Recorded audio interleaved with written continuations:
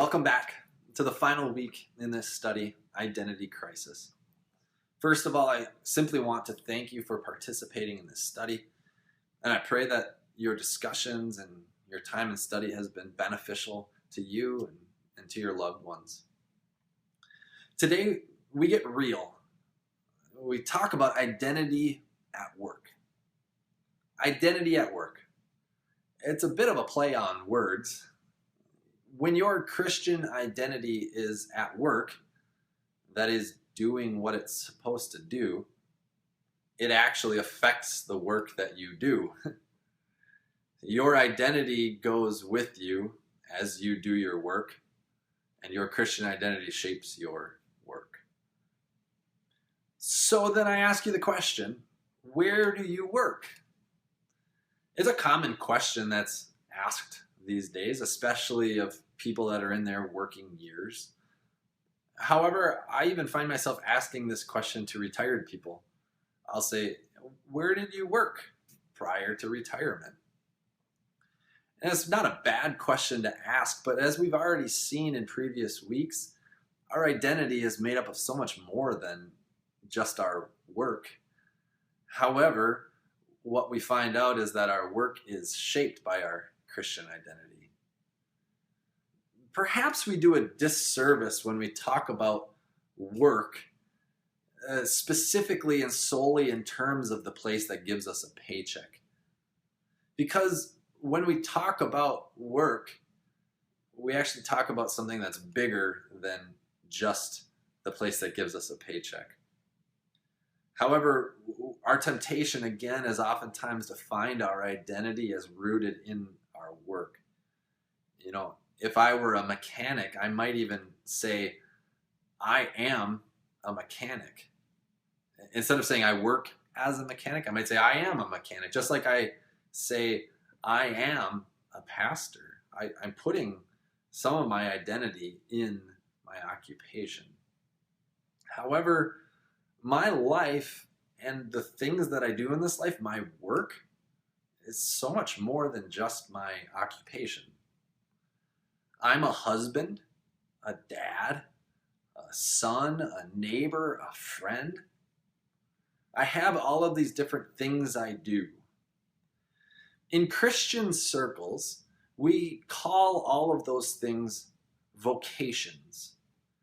Now, you may know that word vocation as a word that's popular in today's culture, but usually when vocation is talked about, it's talked about in terms of the place that gives you a paycheck. In Christian circles, the word vocation is used to talk about all of the things that you do. And my Christian identity affects the way that I work in all of my vocations. My vocations do not shape my Christian identity. The identity shapes the vocation. If you think about it, God has created me for all of these vocations, and He's created all these vocations for me. And when we do them, when we work in His name, He blesses that work. Yeah, we don't have to look too far to see how ungrateful we are for the work that's placed before us. Many, many people in our society see work as just some sort of necessary evil. Maybe you've even said it yourself. You say, it's Monday. Gotta go back to work again. Many people have this mentality of, I just gotta go to work. Gotta get a paycheck so I can live. But what I really, really want to do is just relax on the weekends. Do you think that's the right attitude to have? Is that what God created you for? I believe that whole worldview is wrong. As you'll see in our study today, God created humans to work. And work is a very general term, which means essentially taking care of the things that God has given you to take care of. And without any work in your life would be pretty meaningless. And without Christ, your work is actually pretty meaningless. You see, Christ is the one who gives us purpose in our work because we need Jesus in our work. Here's what I mean. Our work, just like everything else in this world, is fallen and sinful and broken. And it goes all the way back to the Garden of Eden in Genesis chapter 3. When God placed a curse on Adam, and he said that Adam's work, the thing that he was created for, working the ground, would now be painful and troublesome.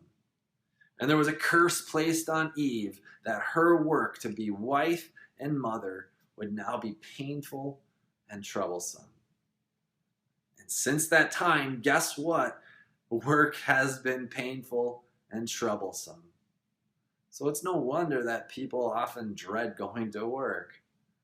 However, we try to find ways to outdo this curse upon ourselves. Some people try to outdo it by becoming workaholics. And they work, and they work, and they work, and they work, and they work. To what end? You'll never outwork the work that is there for you to do.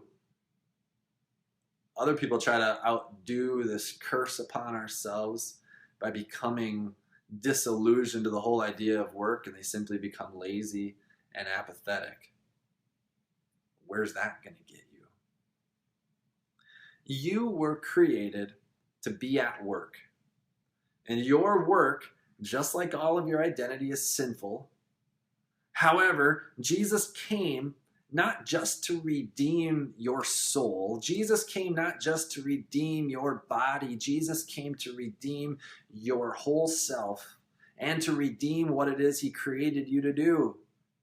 Work. And Jesus has promised that he's going to come again and make all things new, including your work. See, it's important to understand our lives, our identity, our work within the context of this greater story. Because if we get the story wrong, then we get our identity wrong, we get our work wrong, we get our goals in life wrong. If we think somehow that work is just a necessary evil and that leisure is the goal, we'll never be happy or content. It's been said that happiness is the schoolyard bully that as soon as you approach it, he takes a step back and draws a new line in the sand. However, if we get the story right, if we realize that God is God and that he has created us as his people to be dependent on him, if we realize that we have been redeemed as his children, that our identities have been redeemed in Jesus, that if he has given us work to do and created for us work to do, then our focus changes. Because we'll see that if all else is failing, if work is troublesome and burdensome, that Christ relieves the burden and he will never fail. See, through the story of God's redemption of creation, we become something greater through our work because we are wrapped up in this story of redemption. And we realize that when our identity in Christ is at work, that our work lasts, that it goes on, that it has eternal significance, even if it seems to be meaningless in the eyes of the world. If done in Christ, it lasts. You belong to Christ. You are his creation. Your work belongs to him.